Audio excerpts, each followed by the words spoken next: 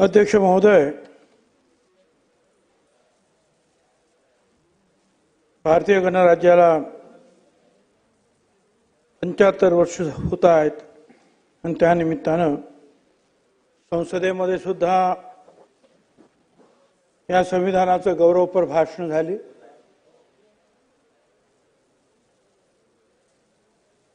आपण सगळ्यांनी पाहिलं की किती कॉन्ट्रोवर्सी असेल, परंतु या देशाचे पंतप्रधान नरेंद्र मोदी साहेब यांनी नवीन पार्लमेंटमध्ये जाताना एक उच्च स्थानावर संविधानाची प्रत ठेवली, त्या संविधानाला वंदन केलं आणि एवढंच नाही तर संविधान वर्ष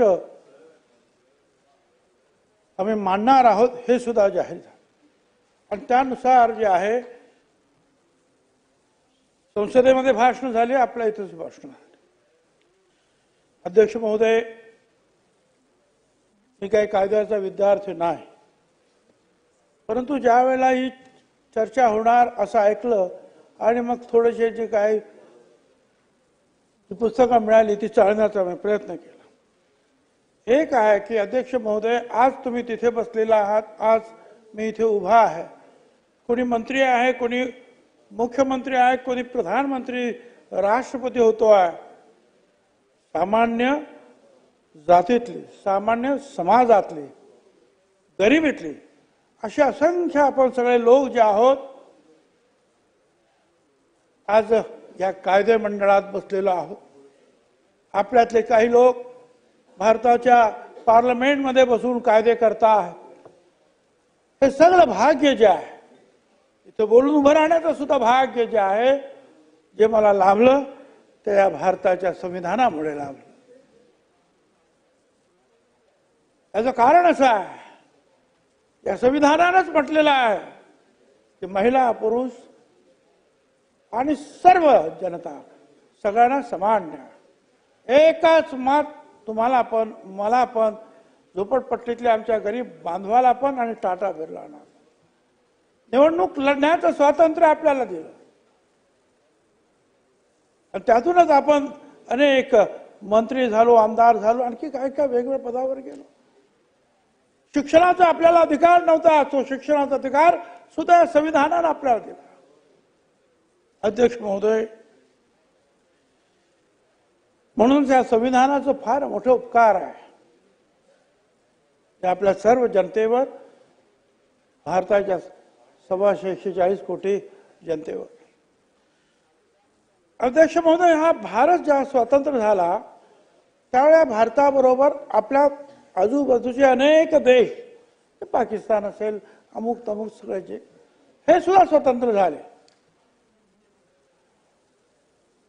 मग कोण धर्माच्या नावाने, कोण कशाच्या नावाने, कोण कशाच्या नावाने, पण तिथली लोकशाही अनेक वेळा संपली, अनेक वेळा तिथे मिलिटरी आली, हिंसाचार झाला,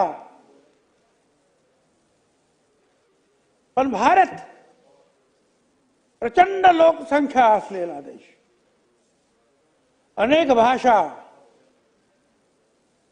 अनेक जाती, अनेक धर्म, दर 100 किलोमीटरवर बदलत जाणारी भाषा, थोडीशी संस्कृती, वेगवेगळ्या गोष्टी ज्या आहेत, कपड्यापासून त्या इतर सर्व जे व्यंजन आहेत त्या संदर्भामध्ये बदल, किती किती अफाट बदल। पण या संपूर्ण देशाला आज 75 वर्षांनंतर सुद्धा एक संध बांधण्याचं काम जर कोणी केलं असेल तर या भारताच्या आपल्या संविधानानं, आपल्या या संघटनेनं केलेलं आहे। ही शक्ती या संविधानामध्ये आहे। आणि म्हणून अध्यक्ष महोदय, या संविधान अनेकाचा त्याच्यामध्ये सहभाग होता, पण मुख्य सहभाग बाबासाहेब आंबेडकरांचा होता, आपल्याला मान्य करावंच लागतं। लहानपणाची एक गोष्ट बाबासाहेब सांगतात की त्या वेळेला शाळेमध्ये आम्हाला वेगळं बसवलं जायचं अस्पृश्य म्हणून. पाणी हवं असेल तर वरतून शिपाई जे आहे तोंडात पाणी ओतायचं आणि शिपाई नसेल तर तसंच तहानलेलं राहायचं. घरून मी आईला विचारलं, आई हे माझ्याशी असं का वागतायत? आईने उत्तर दिलं की आपण अस्पृश्य आहोत बेटा. मग त्याने विचारले कुठल्या पुस्तकात लिहिलंय? आई म्हणाले लिहिलं असेल कुठल्या तरी पुस्तकात. त्यावेळेला बाबासाहेब जे म्हणाले ते सुवर्ण अक्षरात लिहून ठेवा बाबासाहेब. बाबासाहेब म्हणाले माणसामध्ये भेदभाव निर्माण करतात अशी पुस्तकं काय कामाची. मी असे पुस्तक लिहिणार, मी असं पुस्तक लिहिणार ज्यात सर्व माणसं समान असतील. मी असं पुस्तक लिहिणार. आणि त्यांनी मोठं झाल्यानंतर ते पुस्तक लिहिलं ज्याच्यामध्ये माणसाला माणूस म्हणून जगण्याचा अधिकार आहे. आणि त्या पुस्तकाचं नाव आहे भारताचं संविधान, जे त्यांनी लहानपणी स्वप्न पाहिलं. आणि हे सगळं त्यांनी या बाबासाहेबांनी त्यांच्या पुस्तकामध्ये वेटिंग फॉर विजा या पुस्तकात लिहिलेलं आहे. या भारतीय संविधानाची निर्मिती, स्वातंत्र्याची पहाट आली, गुलामीतून मुक्तता झाली, संविधानाने दिले अस्तित्व हक्क, कर्तव्याची जाण झाली. या संविधानानं एवढं सगळं केलं. अध्यक्ष महोदय, खरं तर भारतासारखी अशी एक संविधान सभा असली पाहिजे की ज्याच्यामध्ये पुढचं हे संपूर्ण कायदा वगैरे जे आहे हा लिहिला व्यवस्थित गेला पाहिजे.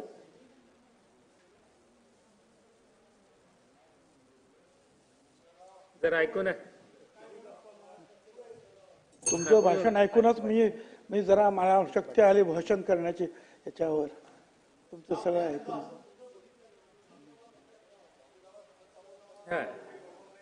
अध्यक्ष महोदय, 1934 मध्ये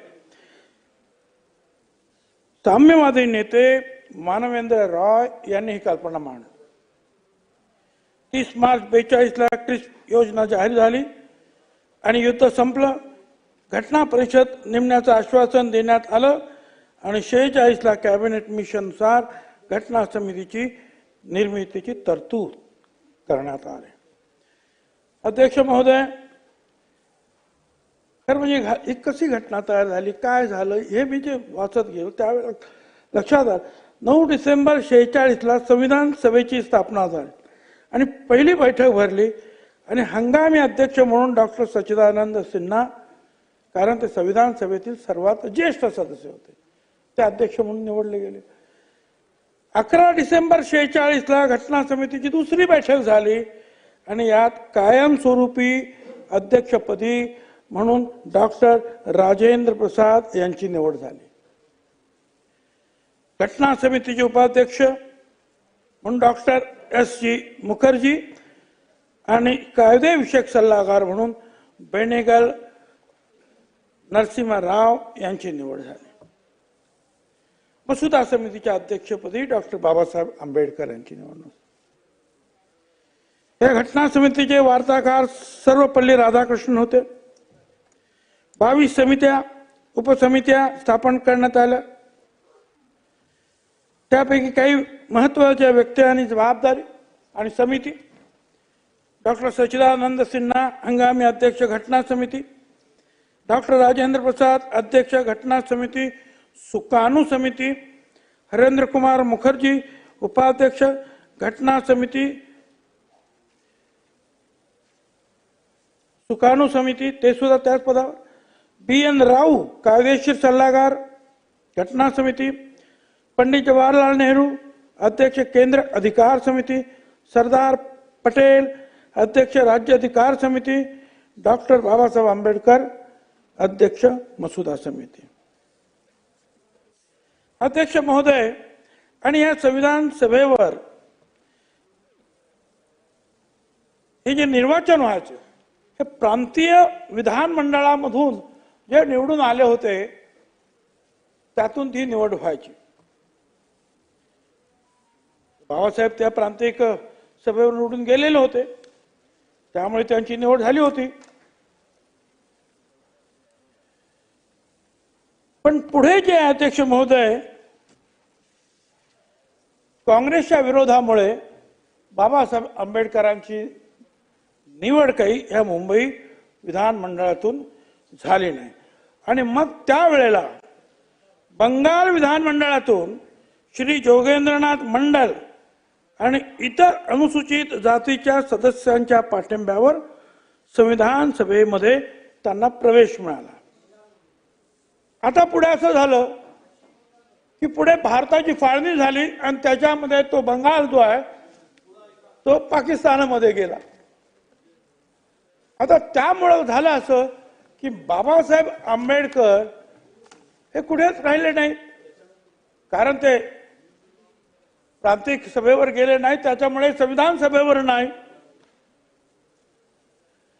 आणि मग असं आढळून आलं की आता काय करायचं. याच्यामध्ये त्यावेळेला असं म्हटलेलं आहे इथे अध्यक्ष महोदय,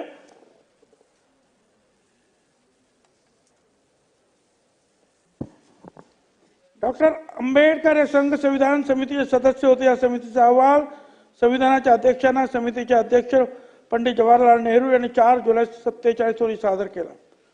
विविध समित्यावर जे कार्य केलं ते अत्यंत उपयोगी आणि मोलाचं मानलं गेलं आणि काँग्रेसच्या नेत्यांची खात्री पटली की आंबेडकरांच्या सेवा घेतल्याशिवाय स्वातंत्र्याचे दृढीकरण, विधिनियमकरण सहज सुलभ होणार नाही. बंगालच्या विभाजनाचा परिणाम म्हणून डॉक्टर आंबेडकर संविधानाचे सदस्य राहिले नाही. संविधान सभेचे अध्यक्ष राजेंद्र प्रसाद यांनी मुंबईचे त्यावेळेचे मुख्यमंत्री बी.जी. खेर यांना पत्र पाठवलं 30 जून 1947 आणि त्यांनी म्हटलं डॉक्टर आंबेडकरांची संविधान सभेवर त्वरित निवड व्हावी.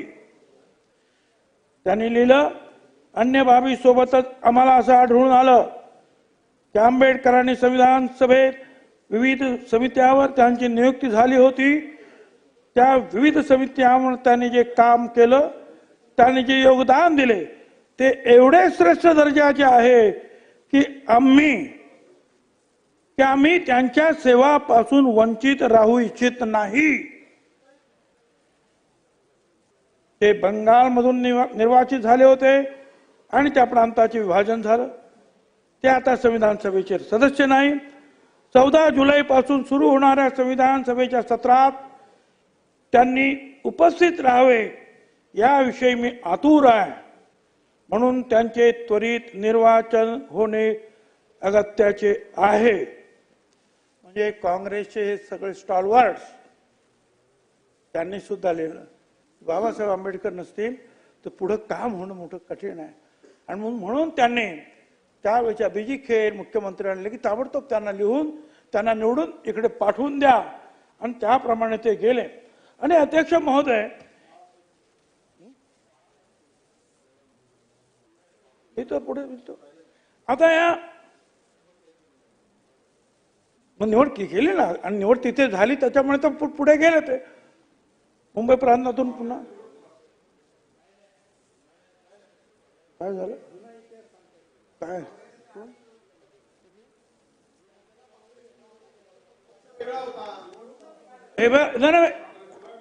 हे पहा पहिल्यांदा ते काँग्रेसमधून गेले, इथून गेले होते, पुन्हा काँग्रेसमधून जाऊ शकले नाही.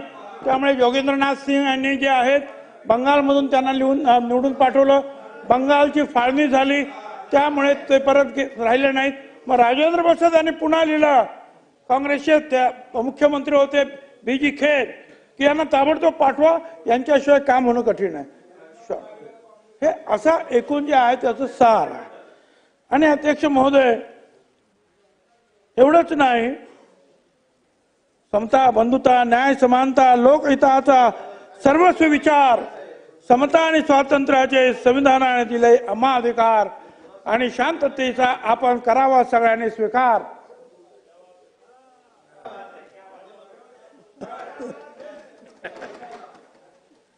बोलू द्या तर शांतता. संविधान सभेचे जे आहेत मसुदा समितीचे सदस्य कोण होते? डॉक्टर बाबासाहेब आंबेडकर अध्यक्ष, गोपाल स्वामी अय्यंगार, के.एम. मुंशी, मोहम्मद सादुल्ला, बी.एल. मित्तर, डी.पी. खेतान, अल्लादी, कृष्णास्वामी अय्यर. 9 डिसेंबर 46 ला संविधान सभेची पहिली बैठक झाली. मसुदा समिती जी आहे स्थापन झाली. 2 वर्ष 11 महिने तुम्ही पहिल्यांदा सांगितलं, मला वाटतं भास्कररावांनी 2 वर्ष 11 महिने 18 दिवस म्हणजे जवळजवळ 3 वर्ष परिश्रम झाले आणि मसुदा तयार झाला. 26 नोव्हेंबरला 26 नोव्हेंबर राज्यघटना स्वीकारण्यात आली. संविधान सभेची शेवटची बैठक जी आहे ही 24 जानेवारी 1950 रोजी संविधान सभेची शेवटची बैठक झाली. 26 जानेवारी 50 ला राज्यघटना भारताची अंमलात आली. काही लोकांना कधी कधी असं बोलण्याची उघड, छे बाबासाहेब आंबेडकर काय त्यांनी एकट्याने थोडीच लिहिली, तिथं समिती होती, त्याच्यामध्ये 6-7 लोक होते, त्यांनी सगळ्यांनी लिहिलं. त्याच्यावर उत्तर म्हणून जे आहे त्या पार्लमेंटमध्ये बोलताना टी कृष्णामाचारी म्हणतात, त्यावेळेला जेव्हा सगळ्यांची भाषणं होती या संविधान स्वीकारल्यानंतरचे, ते म्हणतात या सभागृहाला याची जाणीव असेल की याच सभागृहाने मसुदा समितीवर ज्या 7 सदस्यांची नियुक्ती केली होती त्यापैकी एकाने या सभागृहाचा राजीनामा दिला म्हणून त्यांच्या जागी दुसऱ्याला नियुक्त करण्यात आले. एका सदस्याचा मृत्यू झाला, ती जागा रिकामी राहिली. एक सदस्य दूर अमेरिकेत निघून गेले, त्यांची जागा भरली नाही. दुसरे एक सदस्य राज्याच्या राजकारणात व्यस्त होते, गुंतलेले होते, त्या प्रमाणात पोकळी निर्माण झाली. 1 किंवा 2 सदस्य दिल्लीपासून फार दूर होते, कदाचित प्रकृती स्वास्थ्याच्या कारणास्तव त्यांनी बैठकीत भाग घेतलाच नाही.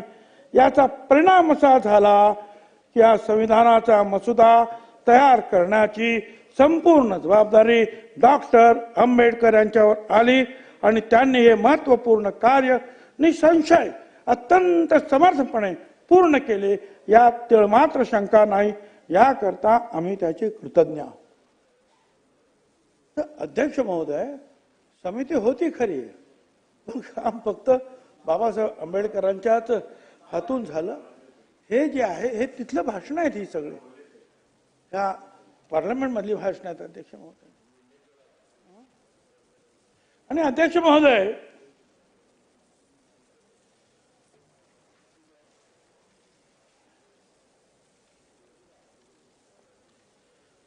टी कृष्णाचार्य जे आहेत त्यांच्यामुळे सगळ्यांनीच त्यांना जे आहे खरं म्हणजे श्रेय दिलेलं आहे. 15 ऑगस्टला सर्वपक्ष सरकारकडे सत्ता आली. काँग्रेसचे पंडित नेहरू सरकारचे नेते, कॅबिनेटमध्ये वेगवेगळ्या विचारसरणीचे पक्षाचे सामाजिक पार्श्वभूमीचे नेते होते. अनेक प्रश्न होते. देश कोणत्या पद्धतीने चालवायचा, सर्व जाती धर्म वर्ग प्रांतांना समान अधिकार कसे द्यायचे, ही सगळी उत्तर जे आहे संविधानाने दिले. आणि संविधान लिहिताना अध्यक्ष महोदय काही देशांच्या राज्यघटनांचा सुद्धा अभ्यास करण्यात आला आणि त्याची चूक काय नाही. इतर जे देश जे आहे आज अशी परिस्थिती आहे, कुठलाही नवीन देश जर निर्माण झाला जगात तर या भारताची राज्यघटना घेऊन अगोदर तिचा अभ्यास केला जातो. तसा आपला अगोदर ज्या काही राज्यघटनांनी लिहिल्या होत्या जगामध्ये अस्तित्वात होत्या त्याच्यातल्या काही गोष्टी ज्या आहेत त्याचा अभ्यास केला गेला. संसदीय शासन पद्धती, कायद्याचं राज्य, संसद सदस्यांचे अधिकार, विशेष अधिकार हे इंग्लंडकडून, संघराज्यात्मक स्वरूप विशेषाधिकार कॅनडा, उपराष्ट्रपती पद, न्यायालयिक विषयी तरतूद, मूलभूत हक्क अमेरिका, मार्गदर्शक तत्वे, राष्ट्रपती निवडणूक पद्धत, राज्यसभेवरील नामनिर्देशित सदस्य आयर्लंड, समवर्ती सूची, आंतरराज्य व्यापार विषयक तरतुदी ऑस्ट्रेलिया, गणराज्य स्वातंत्र्य समता बहुधायी तत्वे फ्रान्स, घटना दुरुस्ती दक्षिण आफ्रिका, आणीबाणी जर्मनी, समाजवाद मूलभूत कर्तव्य रशिया. या जगात म्हणजे ही सगळी जी होती त्याचा सुद्धा अभ्यास केला गेला. जे चांगलं होतं, काय उपयुक्त आहे या देशाला, त्याचा विचार केला गेला. आणि त्याच्यामध्ये मग आणखी स्वतः ते बॅरिस्टर होते, बॅरिस्ट लॉ होते, डॉक्टर ऑफ सायन्स सुद्धा होते. ते डॉक्टर शरीराच्या आजाराचे नव्हते.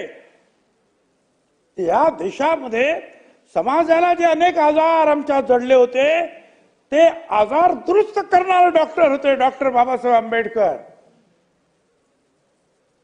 ते कदाचित इंजेक्शन देणारे, ऑपरेशन करणारे डॉक्टर नव्हते.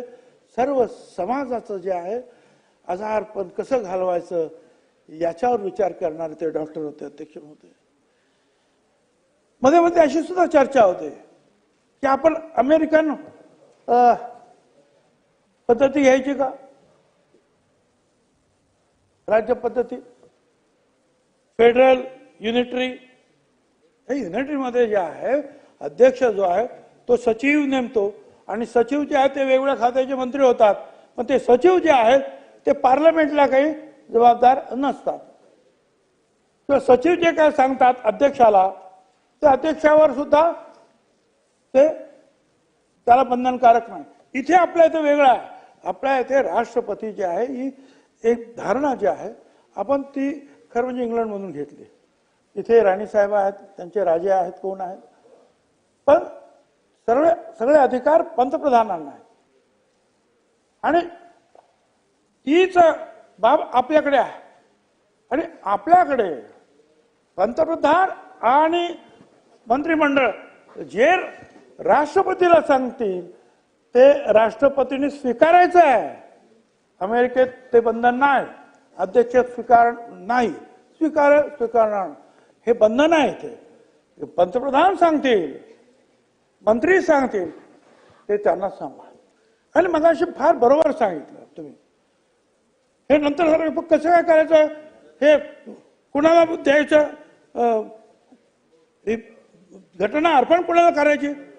कोण म्हणाले देवाच्या नावाने करा, कोण म्हणाले अल्लाच्या नावाने करा, तुम्ही म्हणाल त्याप्रमाणे कोण म्हणाल महात्मा गांधींच्या नावाने करा. वेगवेगळे जे आहेत हे सगळे काही आले नाही असे नाही. परंतु जे आहे त्याच्यामध्ये अनेकांनी जी काही माहिती दिली त्याच्यामध्ये शेवटी झालं असं की हे नक्की आता काय करायला पाहिजे याच्यासाठी सुद्धा जे आहे एक जी संविधान समिती होती त्याच्यामध्ये मतदान घेण्यात आलं. आणि त्या मतदानामध्ये असं ठरलं की देवाच्या नावाने 44 विरुद्ध 48 असा निकाल लागला की कुठल्याही देवाच्या किंवा व्यक्तीच्या नावाने ही घटना अर्पण करायची नाही. निवडणूक केली बाबासाहेब आंबेडकरांनी आणि 48 लोकांनी सांगितलं की नाही म्हणून. असा हा निकाल सगळा लागला. आणि त्यावेळेला तर असं होतं, एक कोणतरी जरगे म्हणून काहीतरी एक महाराज होते, ते तर म्हणाले बाबा की हे जे आहे का महाराजांनी लिहिलेलं आहे काय हे सगळं फेकूनच देतील लोक काय. पण तसं नाही झालं. संविधान सुधारण जिरगे शास्त्री महाराज हे महाराजांनी लिहिलं लोक फेकून देतील, तसं झालं नाही. भारताच्या प्रत्येक नागरिकांनी मनापासून या संविधानाचा स्वीकार केला. अध्यक्ष महोदय आणि म्हणूनच ज्या वेळेस सगळ्यांनी ठरवलं की जसं मगाशी सांगितलं इंग्लंडची जी आहे राज्यघटना ती राणीला अर्पण केली तिच्या नावाने, कोणी कुठे पाकिस्तान अल्लाच्या नावाने, पण ही आपणच आपल्याला अर्पण केलेली आहे. आपली घटना आपणच अर्पण केली. हे जगातलं एकमेव उदाहरण आहे अध्यक्ष महोदय. हे अशा प्रकारची घटना की आम्ही बनवतो आणि आम्हाला अर्पण करतो. अध्यक्ष महोदय, तर ह्या अशा प्रकारे जे आहे ह्या काही किस्से सुद्धा आहे सगळे बनवताना. आंबेडकरांना संविधान निर्मिती प्रमुख केलं, पण सुरुवातीला काही लोकांचा विश्वास नव्हता की हे काम पूर्ण करतील. मात्र आपल्या ज्ञानाने त्यांचं शिक्षण आपण जर सांगायला गेलो तर फार वेळ लागेल. अध्यक्ष महोदय, एवढ्या त्यांच्या डिग्र्या, BA ऑनर्स अगोदर मुंबईला एल्फिन्स्टनमध्ये, MA कोलंबिया अर्थशास्त्र, PhD कोलंबिया अर्थशास्त्र, MSc London school of economics, doctor of science London school of economics अर्थशास्त्र, Bharat law grade London graduate London. किती त्यांच्याकडे विद्वत्ता एवढी होती, अभ्यास एवढा होता की त्यांनी ते काम पूर्ण केलं. राष्ट्रभाषेवरून सुद्धा वाद झाला. भारताची राष्ट्रभाषा कुठची पाहिजे, मोठा वाद झाला. हिंदी आणि इंग्रजी यांच्यामध्ये स्पर्धा होती.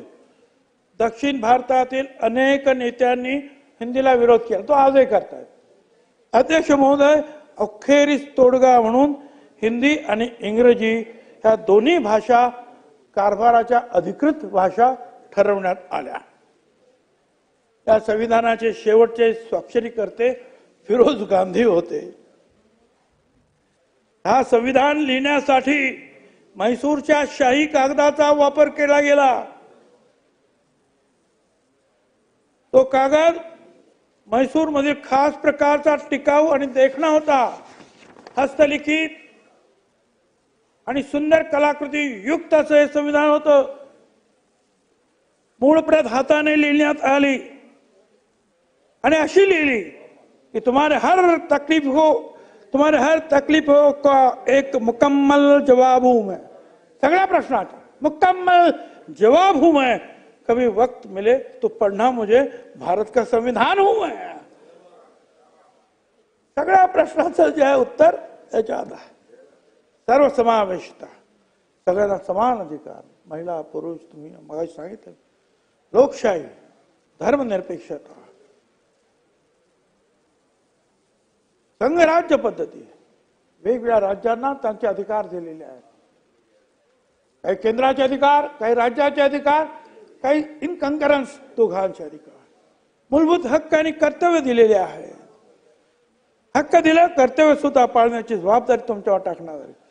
संशोधनशीलता, संविधानात त्यांनी एक सांगितलं की प्रवाही आहे, प्रवाही आहे.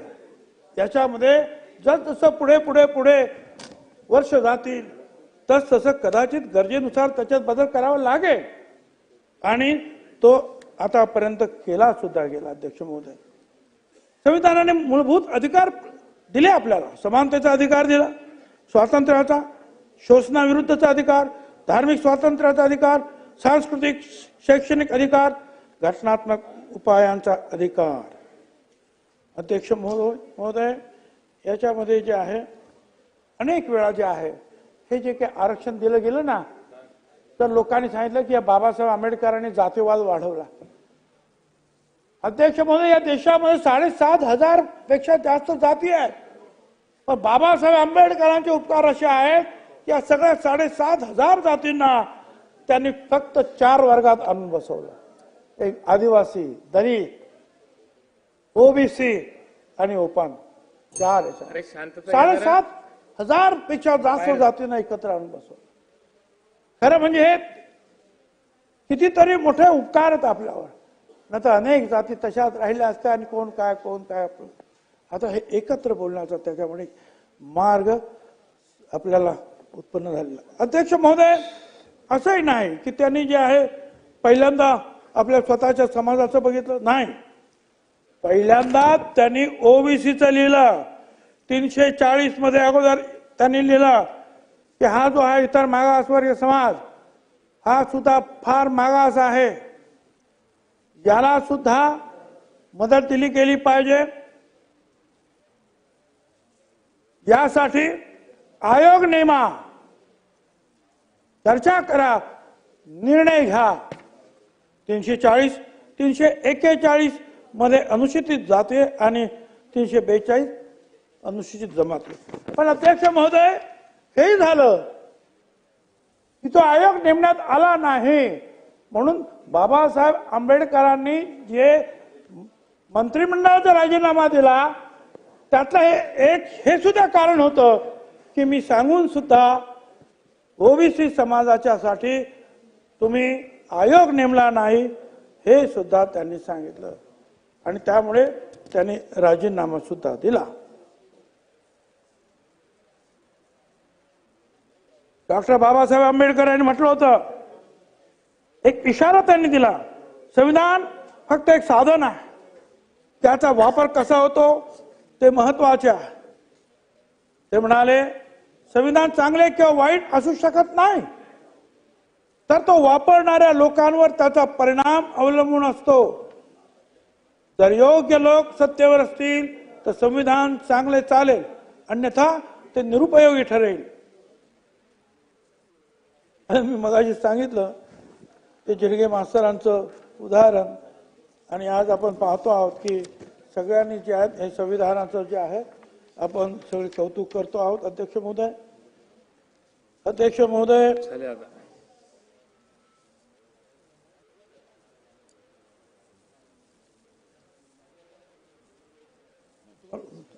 बसायला सांगू थोडं. झाले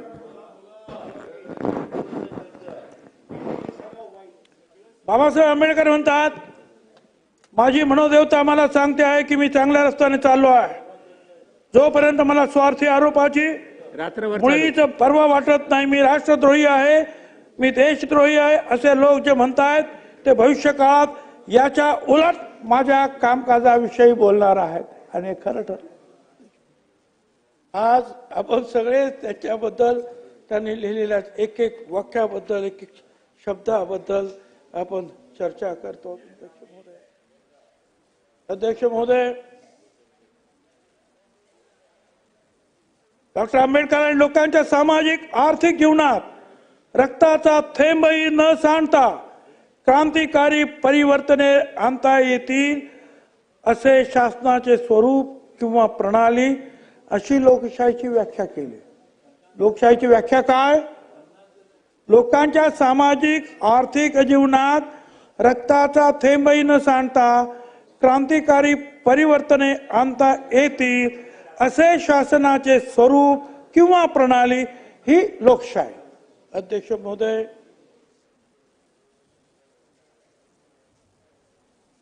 या चर्चेत भाग घेताना ते असं म्हणाले होते, भारताला खऱ्या अर्थाने लोकशाही राष्ट्र बनायचं असेल तर शिक्षण प्रत्येक नागरिकाचा मूलभूत हक्क असायला हवा. यात गरीब श्रीमंताचा भेदभाव नको. अध्यक्ष महोदय, महात्मा ज्योतिराव फुले यांनी सांगितलं होतं, त्यावेळेला इंग्रज सरकारला 16 वर्षाच्या प्रत्येक मुला मुलीला जे आहे शिक्षण दिलं पाहिजे, हा कायदा करा. बाबासाहेब आंबेडकरांनी ते संविधानामध्ये त्याचा उल्लेख केला, लिहिलं की शिक्षण दिलं पाहिजे. पण ते सुद्धा आम्हाला समजायला 60 वर्ष लागले. 60 वर्षानंतर मग आम्ही म्हणालो राईट टू एज्युकेशन, आणि ते पण राईट टू एज्युकेशन झाल्यानंतर 9 वर्ष त्याची लागली त्याची अंमलबजावणी करायला. अध्यक्ष महोदय, शिक्षणाशिवाय पर्याय नाही हे त्यांनी सांगून सुद्धा जे आहे आपल्याला अजून कळत नाही. अध्यक्ष महोदय, शिक्षणामुळे विचार, त्यांच्या विचारामुळे शिक्षण मूलभूत हक्क झाला. जाति धर्म से ऊपर उठाना सिखाया, संविधान ने हमें जीना सिखाया, जो भी करे अन्याय किसी पर उसके खिलाफ खड़ा होना सिखाया. जो जो अन्याय करील त्याच्या.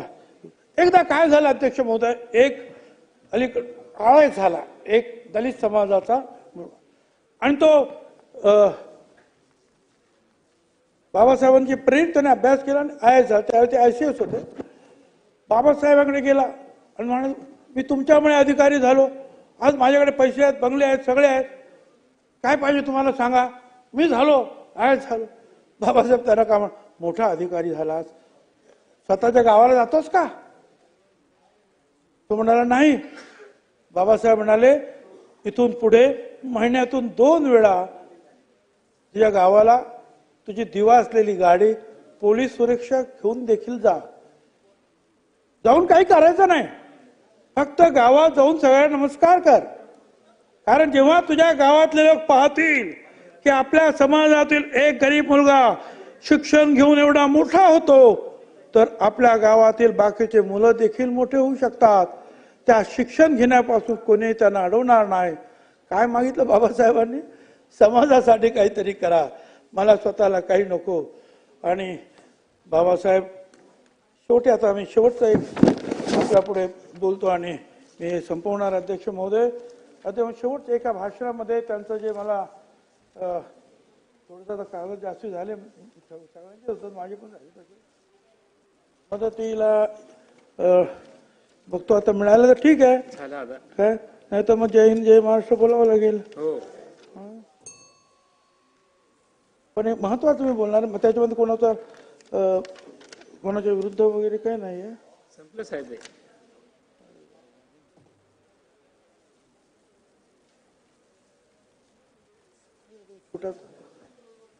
थोडंसं इंग्रजीमध्ये आहे, मी थोडंसं नंतर मी मराठी त्याच्यात बोलतो.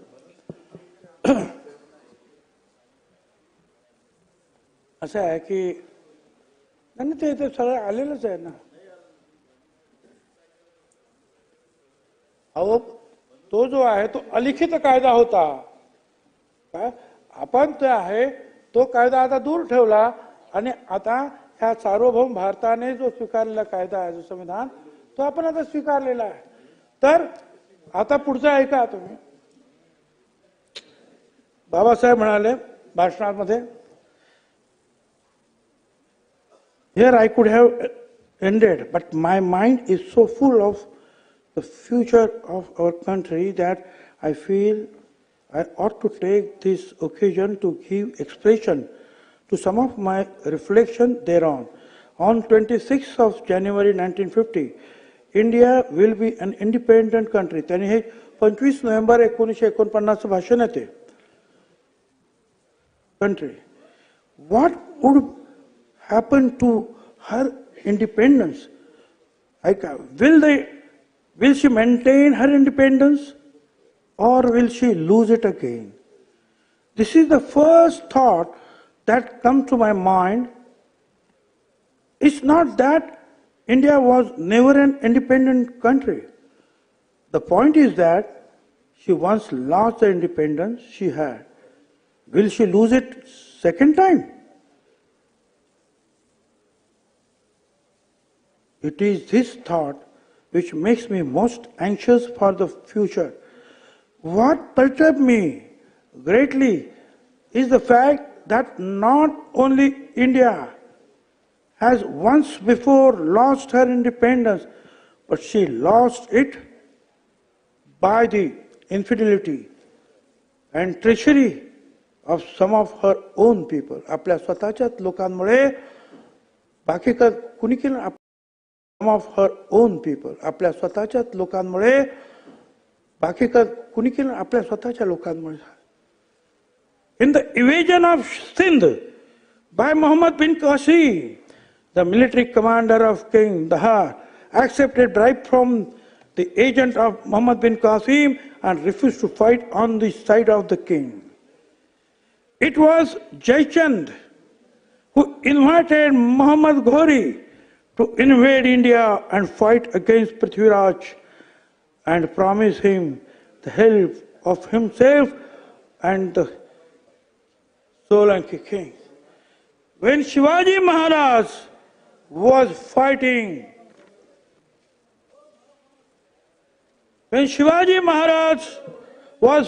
for the liberation of Hindus, the other Marathas, noblemen, and the Rajput kings were fighting the battle on the side of Mughal emperor.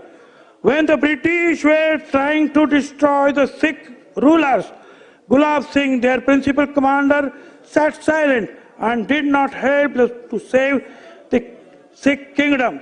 आपल्याच लोकांनी आतापर्यंत फितुरी करून हा भारत जो आहे पारतंत्र्यात ढकललेला आहे. आपल्याच लोकांनी आपल्याच लोकांना विरोध केला. हा भारत स्वतंत्र ठेवण्यापासून हा जो इतिहास त्यांनी इथे उद्धृत केला आणि पुढे म्हणतात, will history repeat itself? It is this thought which fills me with anxiety. This anxiety is dependent by the realization of the fact that in addition to our old enemies, in form of, त्यांनी सांगितलं दुसरे जे आहेत शत्रू ते बरोबर आहेत, आमचा जे आहे परत एक स्वातंत्र्य आमचं जाईल का, हे दुसरे इनिमी आहेत, त्यांच्यापासून तर भीती आहे. पण पुढे ते म्हणतात अतिशय महत्वाचं आहे, but in the form of caste and creed we are going to have many political parties with diverse and opposing political creeds. Will Indians place the country above their creed, or will they place creed above the country? I do not know. But this much is certain, that if the parties place creed above the country, our independence will be put in jeopardy, and second time, and probably will last forever. This eventually we must all resolutely guard against. We must be determined to defend our independence with the last drop of our blood. अध्यक्ष महोदय, त्यांनी एवढंच सांगितलं की दुसरे आमचे शत्रू होतेच, पण आता भीती अशी वाटते आमच्या ज्या धर्म जाती याच्यावरून जे पक्ष निर्माण होतात, जर धर्म आणि जाती यांना देशावरून पेक्षा आपण जर मोठं मानलं तर परत एकदा हा देश पारतंत्र्यात जाईल आणि तो कायमचा जाईल, परत स्वतंत्र होणार नाही. आणि जर त्यांनी जर देशाला मोठं ठेवलं तर मात्र या स्वातंत्र्याला अजिबात धक्का नाही. हेच तर या संविधानाचं मूलतत्व आहे. धन्यवाद. रोहित दादा.